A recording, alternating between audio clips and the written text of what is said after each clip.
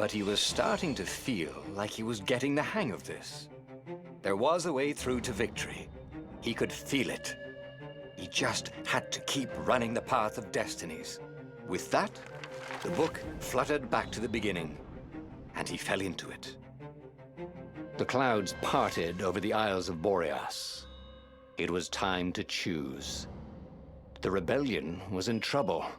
Ravens were scouting for the secret rebel base. They needed a game changer. Pieces of the Sky Ripper had surfaced. Renato knew that using it could go catastrophically wrong, but he was sure he could figure out how to use it safely. Also, a temple had risen out of empty desert. The Iblis stone was hidden there.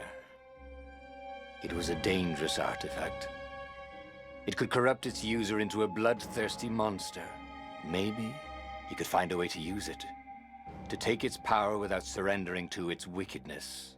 And also, his old friend Lupino needed rescuing. Of course, Renato had a pretty strong suspicion that Lupino had betrayed the rebellion. But could Renato really leave an old friend to the Ravens?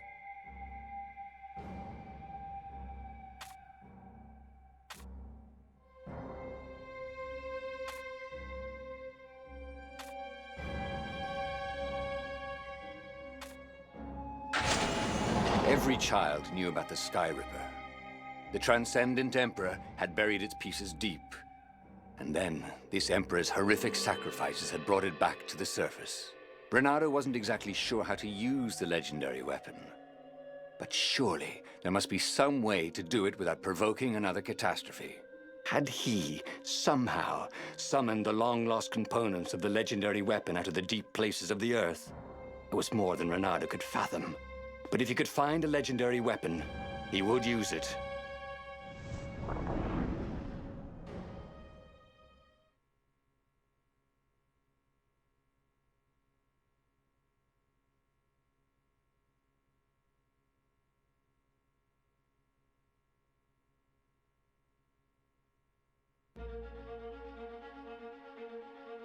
As he set foot on the island, Renato couldn't help feeling a bit curious.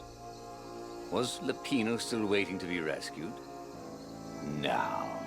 He was probably drinking champagne with the ravens. Did ravens drink champagne? Did rabbits? Renato felt oddly thirsty, come to think of it. Why had he chosen the Sky Ripper? Renato never made plans that required constant vigilance. He was a hero. He didn't think too much. He just went with his gut and hoped it all worked out. The Sky Ripper was a long shot. He'd have to devote himself to it. No side journeys, no rescuing old friends. That was against his nature. Could he stick with it?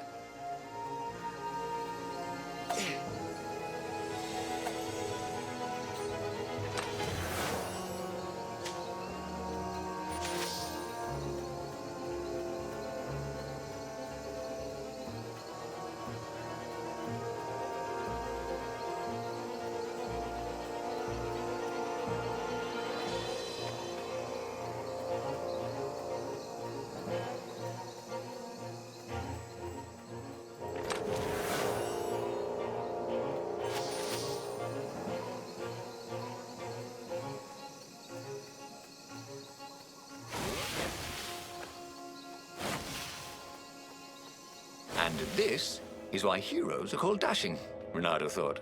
See? Dashing? Get it?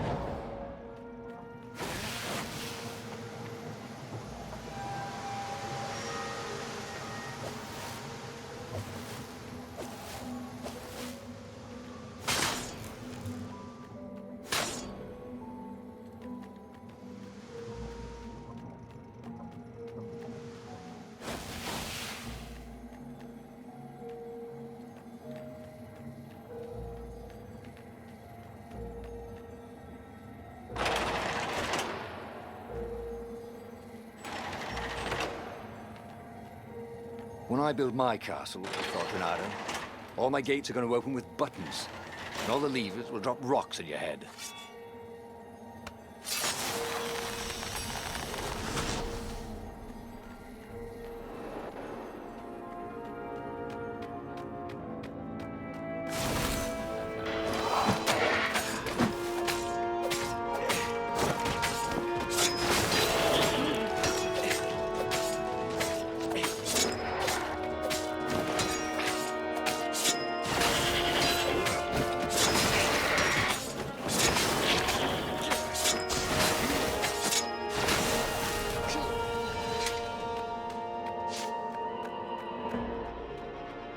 That had been his mistake before, thinking he could win a battle of wills with an ancient evil all by himself. He had to be cleverer than that, or braver, or something.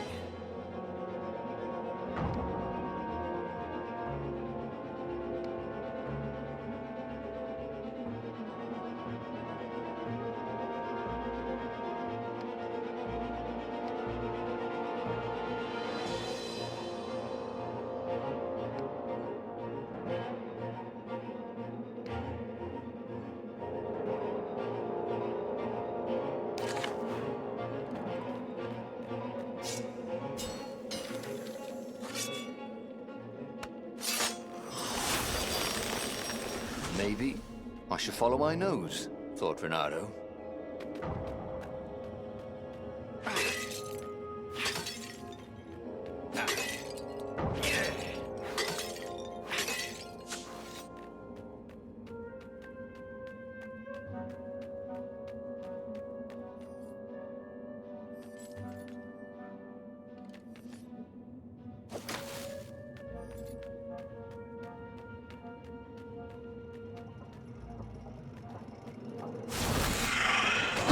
You!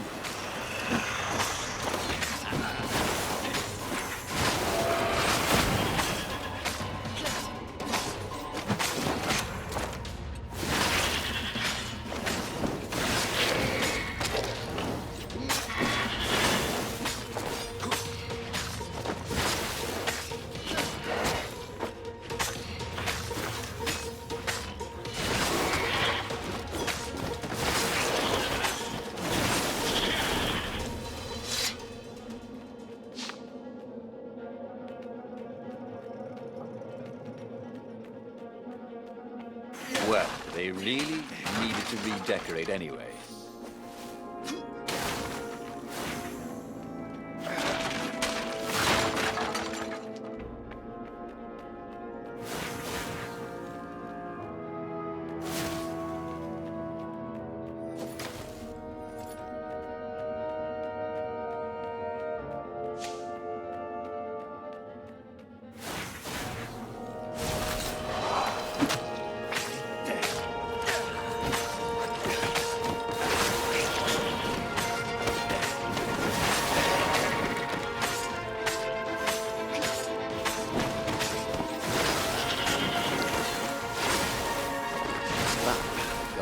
Beautiful. Who was a bard when you needed one?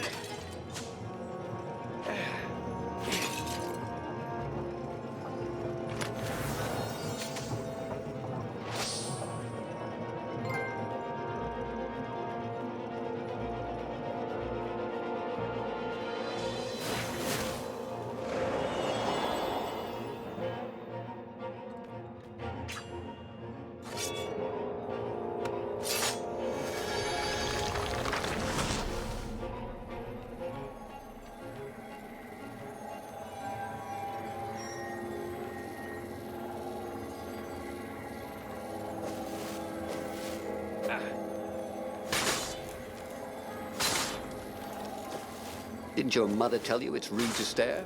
Snapped Renato, a little smug.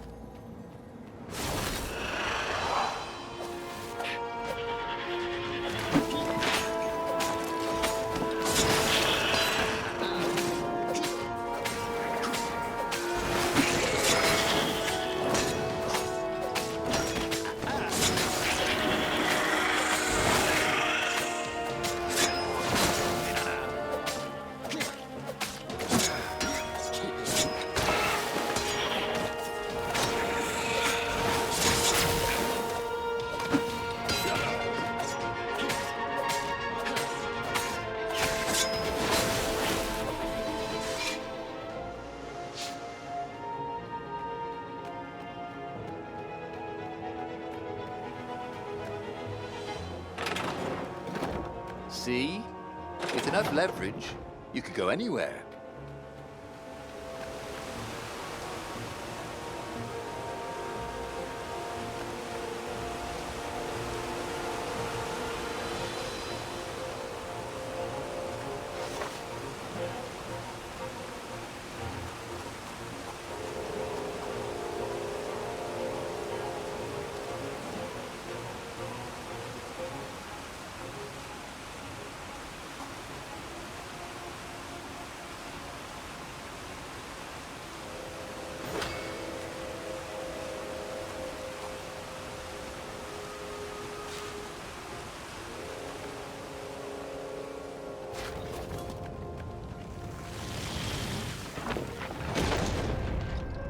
There it was. Skyripper's armature. The stuff that dreams are made of. Engineers' dreams, anyway. The device was intricate. No one alive had the skill to make a thing like it. How was it part of a weapon at all? He'd have to ask a scientist. But first, he'd get the second piece. Skyripper had a heart. A core that had come to rest on the next island. Well, there was another island he could reach. Zenobia had just invaded it with her father's Raven battalions. She must be encamped there still. But fighting Zenobia now, that made no sense at all. He'd already sacrificed one friend to get this armature, was it? He didn't need to hurry to face her. She would find him.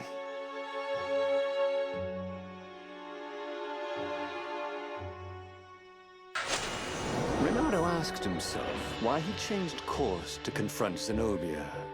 He'd no idea. Sometimes he would just do things, and he could never figure out why he'd done them. Usually, they worked out. After all, he was a hero,